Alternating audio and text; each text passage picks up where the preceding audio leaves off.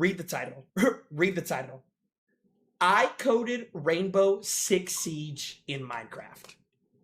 Cap! This is Rainbow Six Siege, Cap. and this is Rainbow Six Siege in Minecraft. For the past 4 months, I've been working to create a one-to-one recreation of one of my favorite games inside of Minecraft. From the maps, to the gadgets, to the guns. That's Oregon Tower on the left. I don't know what's in the middle. All in vanilla Minecraft. Well, there's actually one mod, more on that later. This project will have it all, because this is only part 1. Chat, he's a British bloke. He's a British bloke. Big ups to the man them, yeah? And in part 2, using your feedback and suggestions, I plan to turn this all up to 11 with even more features. But let's not get ahead of ourselves. There's one obvious place to start, the map. You gotta do Oregon. If you're gonna recreate R6 in Minecraft, there's 2 acceptable maps. Clubhouse or Oregon. Okay, maybe Villa, but that would be a lot. Villa's beautiful, but that would be a lot of work. For this part, I decided to only make one map, choosing one of my personal favorites, Oregon. I started out by using Terralith to make a new world and found a savanna biome. Once I found a spot that looked close enough to Oregon's surroundings, I picked a flat area and used Axiom to draw in the front road using placeholder blocks. He's actually doing this. Is this real life? He's actually gonna do this. Holy aura. I forgot, like, Minecraft players have the work ethic of, like, no other. Minecraft players have more work ethic than anyone in the world ever that's ever played a video game ever. Bro, Minecraft players make it a sport of speedrunning Minecraft. Like, I then found some of Ubisoft's map blueprints online and eyeballed them to build up the outer walls and okay, that's my last pause. If I'm wrong, bend me over. Buildings. And by this point, even the placeholder building was looking good. But don't worry, it's not going to look like a bouncy castle for much longer. Now, Oregon is divided into 3 sections. The front building, the back building, and the side building. The first building I'd be, building is the front one. And it's actually this whitish grey wood colour. And luckily for me, Minecraft just added a whitish grey wood. Except I built this months ago, when I didn't know there was going to be a whitish grey wood. But that's okay, I don't really like the way it looks anyway. Bro, he spent months on this. So I came up with this pretty clean gradient from sandstone to birch wood and painted it onto the building. The back red building is nothing fancy, I just used mangrove planks and stripped mangrove logs for the texture. This was also around the time where I decided to take out the corners of the buildings and replace them with fences. I think it helps with the rickety, decrepit feel of the building. And speaking of, I also covered the buildings with signs, which look a bit like planks of wood. The third building is actually quite different from the other 2. It's made out of yellow and grey metal, I think, but after some experimenting, I technically it's called small tower. Found a combination that works well. Acacia logs and stripped bamboo. I painted them onto the building, added some other small details around the sides and back, including this water tank, before finishing what is, in my opinion, the best looking area of the build. Oh my, is that the finished product, dude? Somebody needs to give this guy the sloppiest top in North America, as long as he's 18 plus. See how I covered my tracks there, chat? The exterior of the building. I'm getting better! I've got a favourite interior part too, which we've still got to do. But first, I did a bit of work on the construction site out back.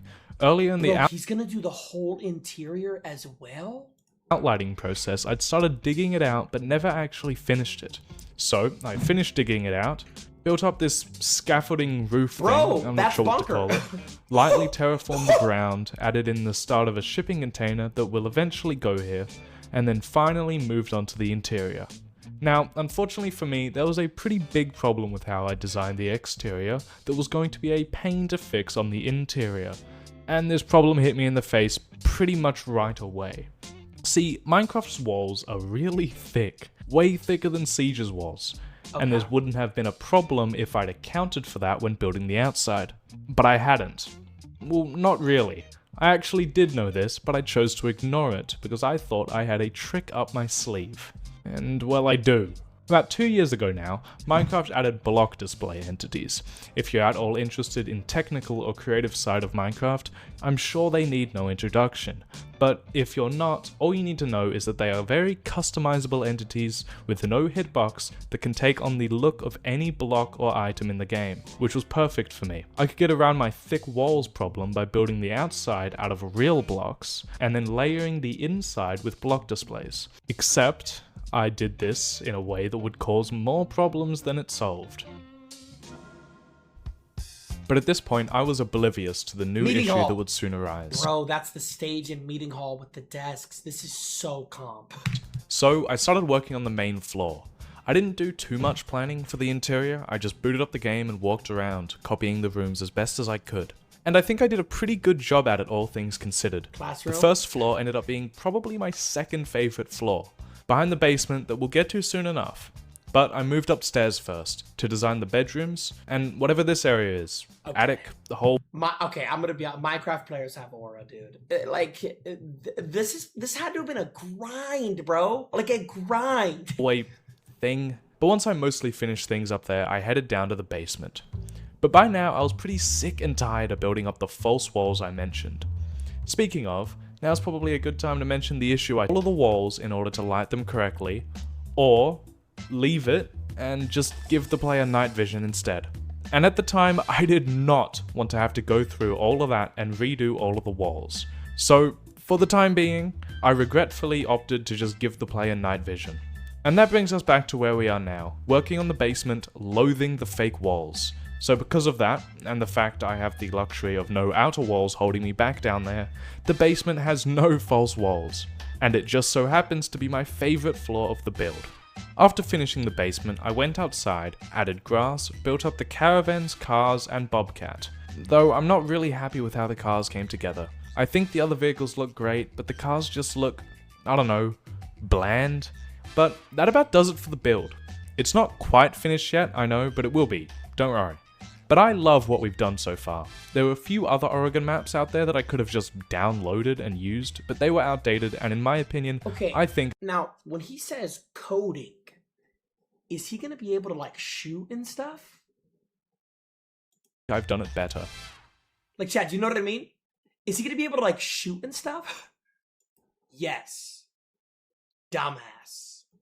Close your mouth and stop talking. Are there any mods in here? High five, scroll up, ban him. Close your mouth and stop talking. I mean, bro, I'm really trying here to not perma you. High fives, get him out. But we're not done yet. I've still got to make this game functional, and of course, test it out at the end. So here's a long list of features I've currently done that we'll be going through, versus some planned. Operators, repelling, reinforcements, spectating, the mod. Are planned, but I just haven't done yet. Starting with the camera system. While I was building the map, I took the time to create this camera model using display entities of a quartz slab and a cannonball custom head. I put them around the map in their positions and started figuring out how I was going to if he can get on this camera and search around like Siege, this is the coolest human being to ever grace gaming. Code them. Everyone else I'd seen make cameras used players riding armor stands as the camera. So how hard could it be? How hard could it be? What are y'all doing playing Minecraft? Go work at like NASA or save the world? Solve brain surgery or something? Bro, how hard could it be? Dude, I can't even like work a crafting table. One armor stand that the player would ride, and then had the armor stand teleport to various locations around the map. And that was where I had made a mistake. If there was only one armor stand, how could more than one player be on the cameras at the same time? The answer? They couldn't. So I reworked the system to include a separate armor stand for each player, and have them teleport to the primary armor stands at each camera location. Simple enough. With the basics of data packing learnt, I moved... Look at him, just like... Yo bro, like, if you know how to code, dude, I mean, that's just aura. I can't even process what's happening. Italic, custom data, limit 1, kill type, re-item, NBT component. What is this? Moved on to something a bit more challenging. The utility items, or gadgets. Thankfully... Say you swear to... Say you swear to God. In 1.21.2, they added a new way to make custom consumable items, changing it from the older eating item component. So, using this and some custom heads I found online, I made 4 different utility items: the grenade, the flash grenade, the impact grenade, and the proximity alarm. And I know what you're saying, where's the C4, where's the reach charge? Hush, little one, in due time. For now, this guy's so cool, dude. I mean, this guy's so cool. Now, the attackers can use impact grenades, and defenders can use normal grenades. In hindsight, the logic for these are rather simple, but for what was my first week learning data packs, these were a headache to get right. And many hours was spent on debugging these things. I literally have it written in my notes that I, quote, wanted to pull my hair out while I was making the impact grenades. So there's that. Either way, the way these things work is when one is used, it gives the player an advancement that runs a function spawning an item display riding a snowball. The snowball has custom velocity controlled by this number, and when it almost hits a block, it either follows through hitting the block, causing an explosion or aligning the alarm, or it quickly stores its motion, reverses it, halves it, and sometimes bounces back the other way, in the case of the grenades, flash grenades, and drone item that we'll get to soon. Which is something worth mentioning, it sometimes bounces back. I'm not sure why it's so inaccurate, but the only way I know how to fix it is to make the item displays move on their own using some 4th dimensional math and logic, which I am not doing right now.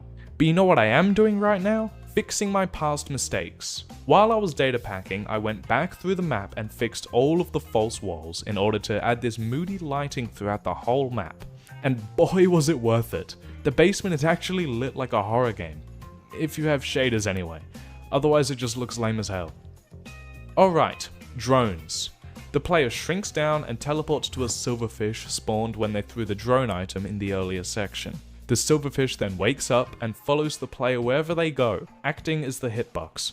Other players can kill the silverfish, destroying the drone, while the player stays alive. Alright.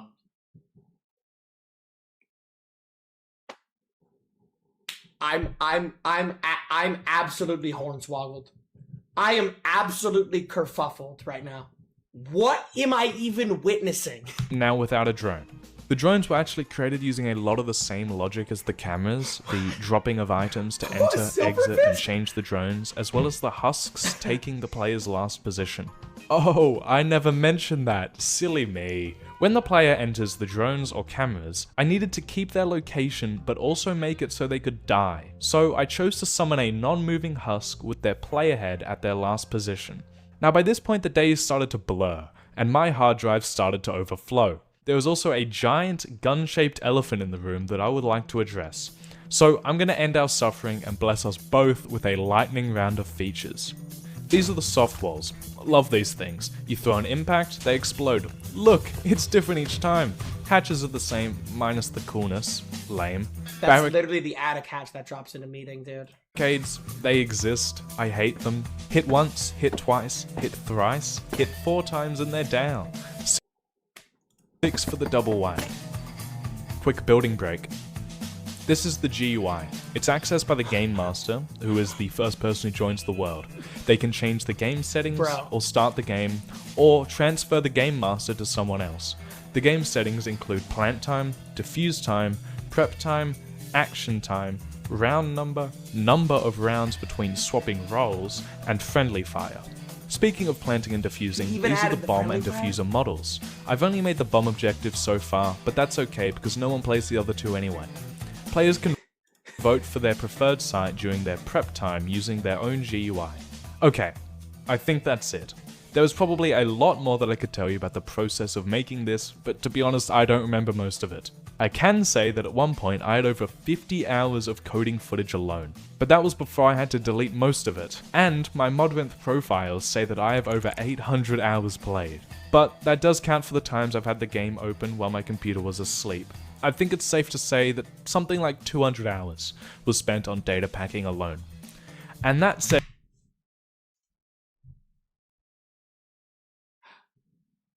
Minecraft players legitimately have more work ethic than any other gaming community combined. 200 hours of coding for one map. Segues me into finding out possibly the most demotivating thing I could find out about this project. What? Alright, that's a bit overdramatic. I was on the wrong version. That's it, that's the big reveal. Do you remember earlier when I said that the utility items had recently changed from the old food component to the new consumable component? Yeah, well, I'd have to go back to using that, in all of its barbarian glory.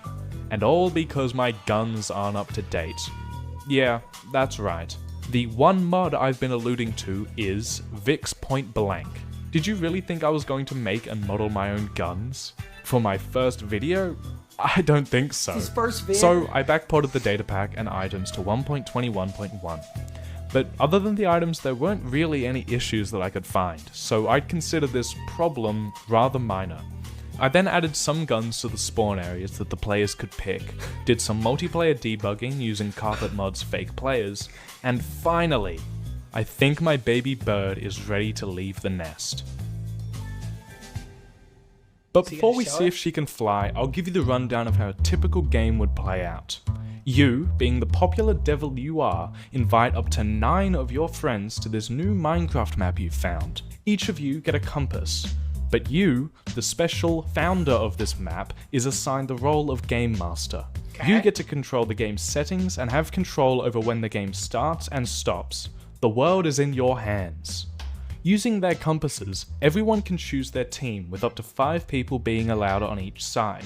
Nice. If you, Just in like your Siege. eagerness to get into the action, accidentally start before everyone has selected their team, don't worry, the teams will be randomized.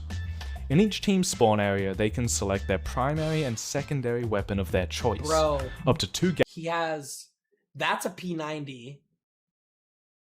I don't really recognize any of the other ones. That's an AK. It's like an AK-74U on Nomad, maybe? gadgets, not MP7. including the attacker's diffuser. They can choose where they want to spawn, and using their compass, they can ready up to skip the timer on the right-hand side. Huh. I wonder what's going to go in this room. Once everyone has readied up and chosen their bomb site and spawn location, the prep phase starts. There's not much for defenders to do yet during the prep phase, as there currently isn't any reinforcing or mid-map barricade placements, but they can make rotates, I guess. For attackers, they're forced onto their drones for reconnaissance. If and when they find the site, it's marked for everyone in the game, and then the round plays out how you'd expect it to. He even has the sites marked? Attackers attack, and the defenders defend. And when one of the teams win, they'll do it all again. And that about does it. I consider this game in a very early beta stage, and I'm sure there are a ton of bugs, although I've tried to weed out as many as I can. But enough clowning around, let's put her to the test. So first things first, I'm gonna need to find someone to try it out with. Okay, never mind, I guess. Well, instead of that, you can check it out for yourself in the link in the description. Yeah. And if this video gets This is the coolest person I've ever seen in my life. an arbitrary number of likes, I might make a part 2 with our Yeah, I'm... okay. I'm subbing to this guy. And I'm leaving a comment. You're the coolest person of all time. Wow. I mean, that is just pure swag. That is pure swag.